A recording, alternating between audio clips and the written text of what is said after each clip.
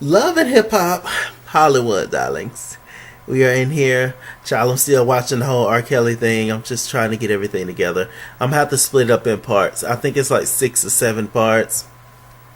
Plus, there's been some sources, very reliable sources, that I've been seeing that have new tea out there about the whole R. Kelly thing when it comes to Aaliyah, her mama, the girl.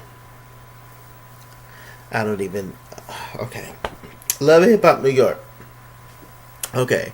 So it starts off with Jules Santana. He's getting a tattoo, child. You know, he's reminiscing about everything about having to go to jail, etc., etc. And, you know, it's just. It's a sad situation. It's definitely tough to go through. Bless his heart. Joe Button, he talking to his mother about the whole thing. Now, the mother was under the impression that he was going to marry Sin because apparently he told her as well that he was going to marry Sin. He just didn't tell Sid, I'm guessing. So, I don't know what's going on with Joe Button. He's just a very particular type of person.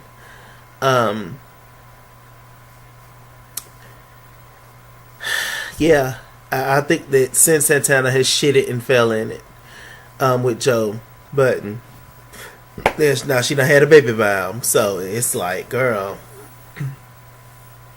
It's the reason why certain people are single forever. There's a reason.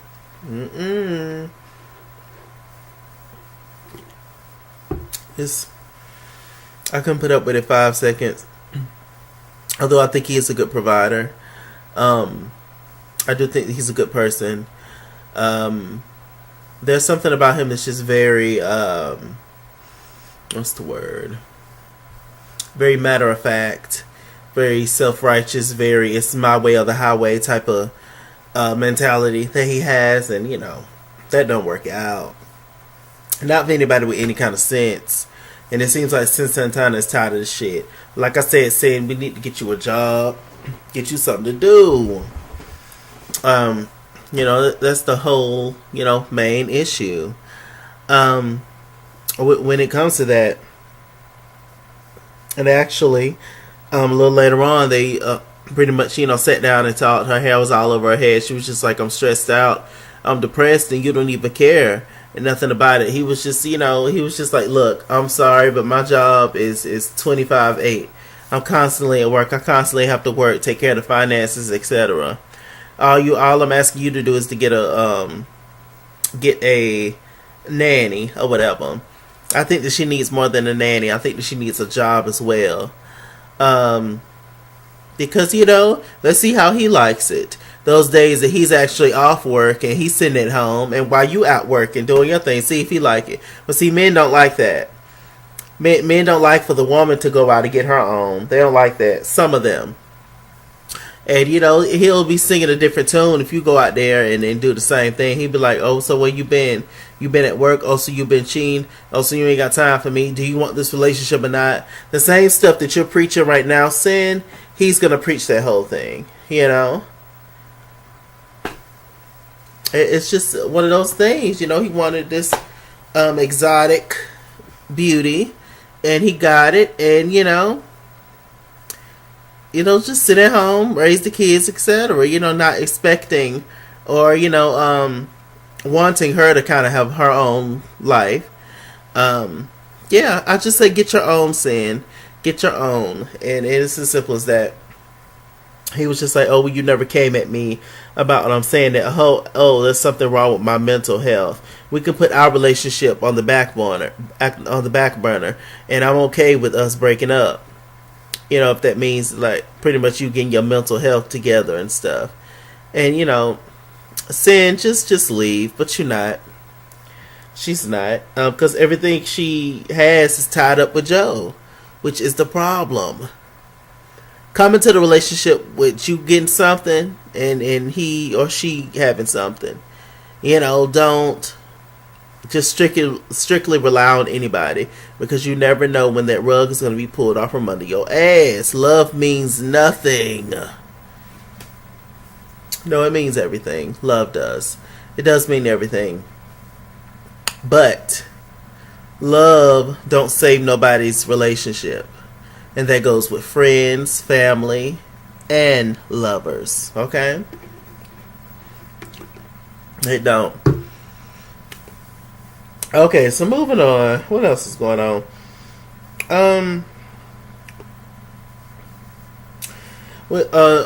Jonathan had a scene with Mariah Lynn. We see her little sister, cute little girl. And at first I thought it was her daughter or some damn body. But it's actually, you know, like I said, it's her little sister. Y'all know this her mama's other daughter that she had by some black man when she was out there on the stroll. Her mother is in jail, or prison, one of them, or maybe she's not. I'm gonna put that out there. Allegedly, I'm not for sure, for certain. Maybe she's not. But she says that her mom is still battling her demons, meaning that she's still battling being sober or you know, not. Because her mom was on drugs and everything. So she's just taking care of her little sister along with taking care of her little sister, her big little sister, and her nephew. So, you know, it's a lot on Mariah's plate. I completely understand. Take care of the family. I completely take care of my family. So it's definitely rough. It's definitely a moment. It's definitely, you know, like, why, my God. And the family members that's able-bodied and willing to take care of, say, like their mother or father or something. They don't. They're selfish. It's a rough situation to be in. It's rough, but what are you going to do? It's your family. If you can help with something, you're not just going to sit back and watch your family go down, you know. It's not an obligation, you know. It's just you want to help. You know, you just, I don't know. Maybe you feel like you're obligated to do it because it's just like, okay, well, the elders took care of me, so now it's time for me to take care of the elders. I don't know. It's something else. Anyway, they was talking about that. You know, Jonathan, he can relate, etc. He came in. His outfit was cute. I like Jonathan's outfit. You know, they started talking about Anais. You know, Anais, you know, I remember that picture way back when that my friend showed me of Anais. But she was looking real bad. She was looking real bad in that photo. And you know, looking more and more like, I'm not gonna say that, but it was gonna be awful what I was about to say, but yeah, Anais, you know, we found out it's just a lot. Jonathan was trying to reach out to her and Ruben, and nobody said nothing. Jonathan later on had a scene with Rich Dollars. Rich Dollars wasn't gonna come because you know, Jonathan and Rich had that whole little situation when Rich Dollars was messing around with Anais, and you know, the whole drama with that. Rich said he wasn't gonna come, but you know, he decided to. I just didn't like the whole feeling that I was getting that being a gay on the show, that you have to sit and show these straight men the utmost respect, and they're all ain't none of them about anything. So why, you know, I just don't like, and that's just like in real life in general, like the gay guy, when he's around a bunch of straight dudes, he has to be extra nice, or you know, be cool, and you know, it's just like, it's just kind of like that thing, like, oh, you don't want no smoke, you don't want no issues with this person. Like if the gay guy was to come at the straight dude, like, and while his homeboys around, it'd instantly be like a fight situation because they're already on guard. You know, they have no issue with the gay woman, but the gay guy being around is slightly uncomfortable for some of them. So I just didn't like that. I was just like, Jonathan, why you apologize to Rich Dollars? You was right for trying to stick up for your friend. You was giving it to, you should have gave it to both of them equally. I don't know. I just didn't like that. It's just something that I think about, darlings. It's like, what did you apologizing to him for? And y'all already squashed that at last reunion, the beef or issues that y'all had. You was just trying to look out for your friend, a married woman, and Rich Dollars who was sleeping with him, a known womanizer. So where's the issue again? But okay. Um, so yeah, we found out that Ruben Sandwich, Anais man husband, has been putting her in and out of the clinic, the mental health facility. She has all kind of conspiracy theories.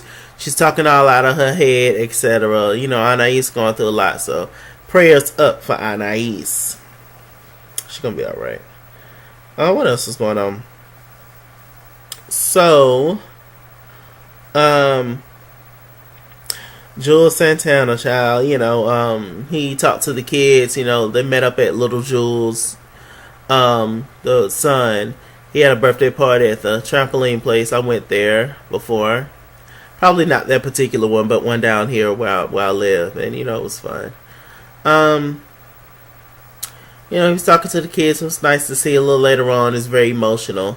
He talked to the kids about the fact that he's going to jail, and you know, that he'll call when he can. And the kids just kept asking questions, just like, "Why is this happening? Could you tell them not to send you?" And oh, it was just so sad. This is why I don't understand. If you really love your family, if you really, you know, especially if you got kids and stuff, why do you continue to, men and women, why do you continue to put yourself in certain situations? Why do you continue to hang around people that's going to bring you down? Why do we have some loyalty to our homeboy that we grew up with when our homeboy is into bad things, into things that could put you in jail or in the grave? Why as black people we have that thing with us? Well, we just don't want to let go. Like, what is this? You know, having street cred and all this and the like. What is all that about? Why?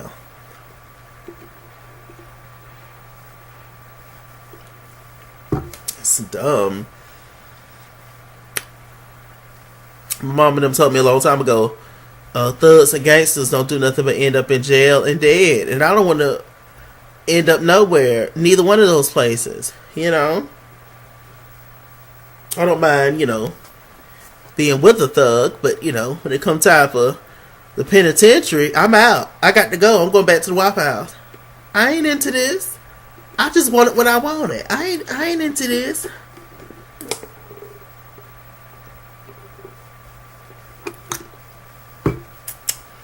Y'all gotta stop being so damn hard.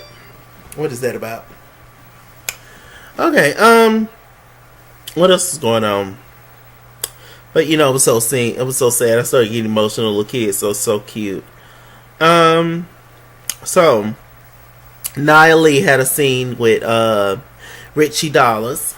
Richie Dollars, you know, they were talking, and you know, Richie Dollars had a proposition for Nia Lee. It was just like, look, if you help develop Sidney Starr into a real artist, then I will help get your music out there. And Rich Dollars told Nia Lee, at some point in some way, you're gonna have to work with DJ Self in the sense that you're gonna have to get him to play your music. Like, you have to go through DJ Self no matter what. Now, I disagree with that, but you know, maybe that's a fact. I don't know. I don't live in New York. And so Nia Lee was just like, okay, I'll work with her. Sidney Starr arrived. Sidney Starr is really pretty. Beautiful smile. So she came in and, you know, they were talking, and Sidney Starr apologized to Nia Lee. Nia Lee apologized to her. And, you know, it was a cool, cute little moment. A little later on, Sidney Starr met with Jacquay and Richie Dollars. You know, it was in the studio. Apparently, Jacquay gave Sidney Starr, or wrote Sidney Starr a song, and Sidney Starr had the song for a week, and she was supposed to put some verses with it, make it hot. Child, Sidney Starr got up in there in that studio, and I didn't know what in the hell that was, child. Yeah, I didn't know what the hell that was. And I'm like, girl, it's artists out here that can write a hit song in 2 hours, and you had the song for a week and you couldn't do nothing with it, and everything has to start off with, you know, the whole transgender thing. And I was just like, girl, like, okay, like, you know, it's very ABC 1 2 3 rhymes. In general, she just doesn't have much to talk about, I feel like, or at least she can't express it right now, like, properly. in terms of like putting it into lyrics and stuff. So they got out, and Sidney, what's her name, was upset. She was just like, "Oh, I killed it, right?" And they was like, "No, sis, you didn't kill it." Richard Dollars was like, "You hit me over 100 times over the 3 years in my Instagram, trying to get me to work with you and all this, and this is what you deliver." She was just like, she started crying. She was like, "This is my dream," and he was just like, "Well, this is my nightmare." And he was definitely kind of harsh on Sidney, but I did understand it. But the other side of me, because I'm a Libra, the other side of me was just like, I don't think that he would talk to a cisgender female this way, meaning a woman that was biologically born a woman. I don't think that he would talk to, her in the same way that he would talk to Sidney Starr.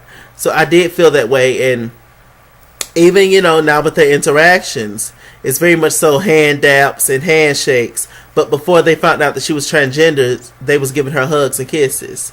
So you see what I'm saying? See, it's that shit. But it is what it is. It's how folks is. I don't know. A little later on, Nia Lee met up with Sidney Starr. They was talking, and Sidney Starr played Nia Lee the record. Sidney Starr, agreed with the rest of the world. It was tied and through. Sidney was just like, "Yeah, I'm working on it. Whoop to whoop. I'm trying." All this kind of stuff.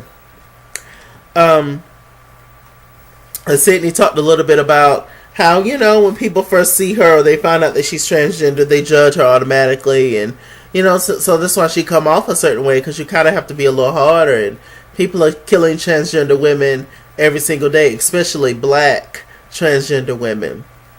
So I do get it, and I do understand. And, she was just like, "I have not had my sex change." I don't know why she threw that in there. That kind of seemed like it didn't have nothing to do with anything.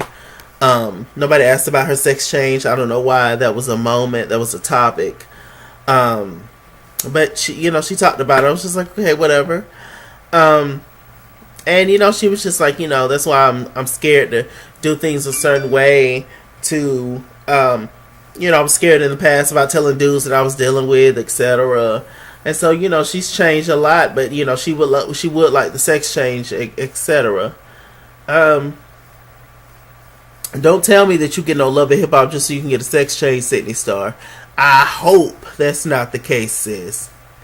But some gonna have to give with these raps, sis. You gonna need some crucial help. But it seemed like Nia Lee is on her side. Nia Lee was sympathetic, empathetic. Nia Lee, she talked to her. She was just like, "Look, you are a woman. I got you, sis." She cared about her. They both been through things, and that's beautiful. Sidney Starr, don't mess this up. You got you a friend in Nia Lee.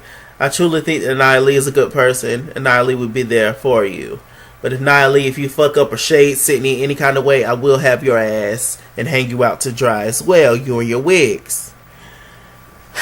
I liked you bald anyway. So, one quick swipe. And you back there. You back to how I like you. One quick swipe. So, yeah. I think I talked about everything. This episode was okay. It was just okay. I talked about everything. Oh.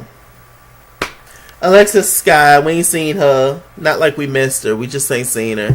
She had a scene where she was talking to the guy, with the Trey Ray, the whole Tekashi 6ix9ine situation, and she's just trying to rush him to get started on her.